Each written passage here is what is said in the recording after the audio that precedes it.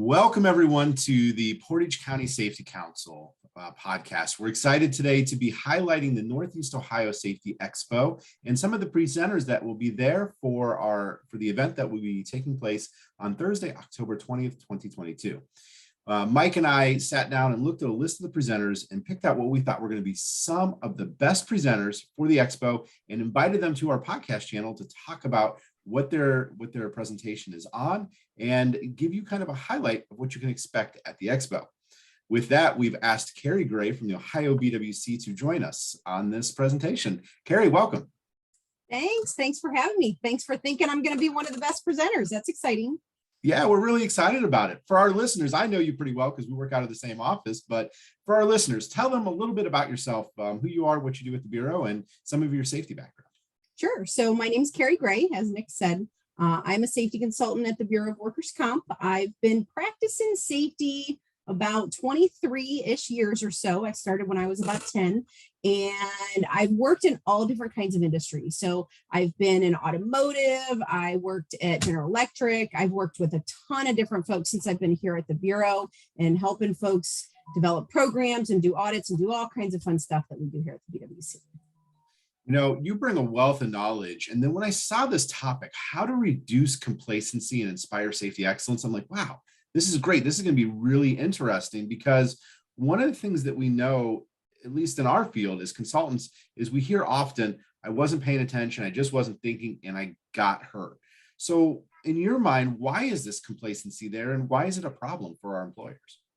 You know, I think, and you probably see this too, and anybody that's done any kind of accident investigation, we hear over and over, just like you said, you know, I wasn't thinking, I wasn't paying attention. It just was background. It just kind of happened. I don't even know what happened. And so this is a common thread that we have through most of accident analysis that we do. And you hear this over and over and over. So, you know, just kind of thinking of ways that we can battle that and different approaches that we can have to try to help reduce some of that complacency. I think that is really the approach that we're going with this conversation. You know, I think often we're in that manufacturing process, or it can even happen with, you know, police officers, firefighters, any career. We just get comfortable in what we do and we just take it for granted. Even, you know, driving to the office each day, we just get into that mindset. I know there's been times I've driven somewhere and go, how do I get from the front door to here?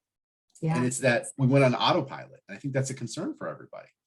Absolutely, it really is. And a lot of times we'll call that highway hypnosis. And so we'll be like, we get all the way home, we're like, oh, did I stop at that stop sign? Or was that light even red? Or how many people pass me? And it's kind of tips and tricks and ways to mentally get yourself out of that highway hypnosis and try to retrain our brain a little bit to make it so it's not just a background situation, that we can bring it to the forefront. You know, your talk also focuses in on, you know, the complacency, but then how do we inspire people to get out of this complacency, get them excited about safety again? What's your approach to that? How are you getting senior management, even safety people? We kind of get in that rut some days. How are we inspiring people to come back to safety as an exciting topic?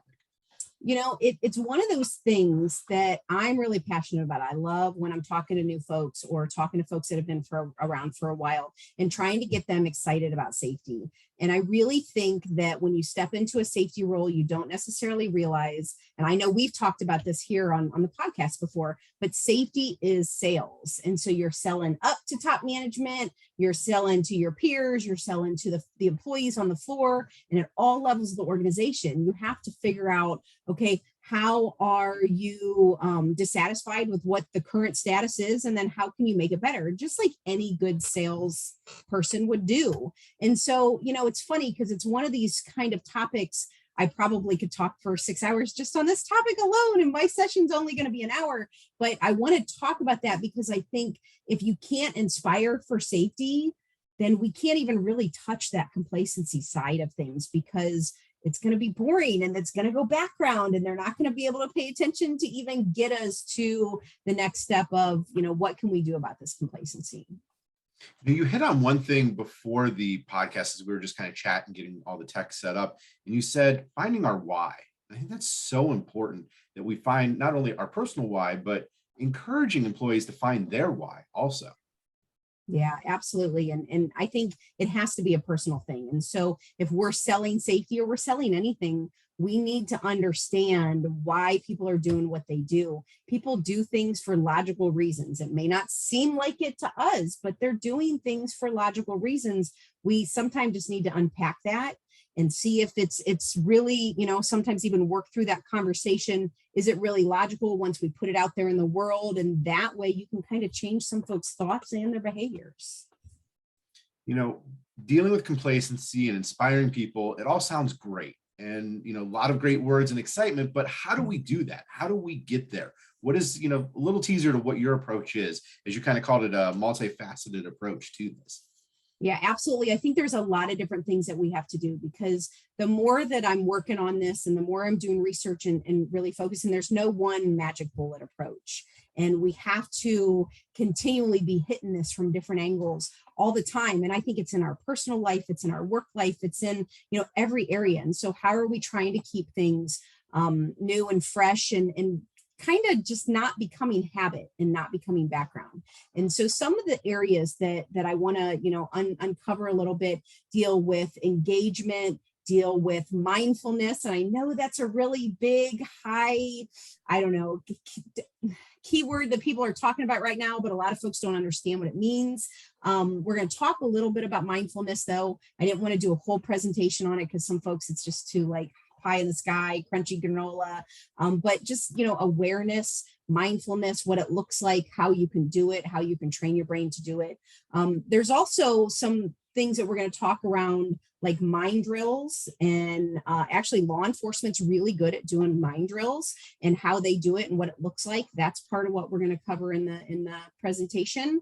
And really just questions. What are good questions? As I'm driving down the road, all the time, I find myself saying, oh, what would I do if that car were to jump in front of me? What would I do if the guy behind me is closer than I want to do? And working through these questions over and over. And we're going to kind of uncover good questions, even to have within yourself and when to ask them. These sounds like they're tools great for safety and health, but they impact our overall life too, outside of our facility. And I think that's one thing that, as safety professionals, we try to push and we try to encourage other leaders, is not only keeping them safe in the factory or the office, but teaching them skill sets that keep them safe outside too, because human resources are our most important asset.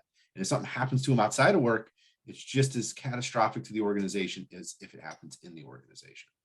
You're exactly right. And a lot of times with most safety topics and safety conversations, they really do just weave their way right into, our everyday life and everything dealing with work as well. I'm really excited for this session. I'm hoping it's not scheduled the same time I'm presenting, because I want to hop into your session. If not, we'll have to record it somehow. But with that said, what can people do as they're preparing for this event? They're excited to come. What is something they can do today to start changing complacency or re-inspiring themselves? What do you challenge our listeners to do? I think there's just so much out there, and sometimes we can just become, we can become overwhelmed with, thousands and thousands of podcasts and YouTube videos and all those kind of things. And I think sometimes it helps just to sit back and kind of get quiet for a minute and try to uncover what is the issue. Are you a person that is trying to multitask too much? Is your environment an environment that so many things are coming at everybody all at once? What does that look like? And just even trying to define your environment, to know what tools you could even use, or what tools that I'll be able to talk about will be helpful. So I would really just start with the definition of it. Try to recognize what the issues are, and then we can work through some of the, how do we deal with it? Thank you so much, Carrie, for talking about this. I'm really excited for the presentation. For our listeners, if they're interested, if they have some questions or they want to reach out to you, what's the best way to get a hold of you? For me, the best way to get a hold of me is through my email. And they can always call me as well. And all of our stuff is out there available on the website. But my email is Carrie, CARI.G.1@bwc.state.oh.us. So I'm sure that'll be out there somewhere. They can get a hold of that. They can also reach out to you, Nick. You can help or send things my way if they were to have questions specifically for me. All right. Thank you again, Carrie, for being with us on the podcast today. Looking forward to that presentation at the Northeast Ohio Safety Expo, Thursday, October 20th. Looking forward to hearing and seeing our listeners there. Everyone, until then, be safe and have a great day. Great. Thanks, Nick.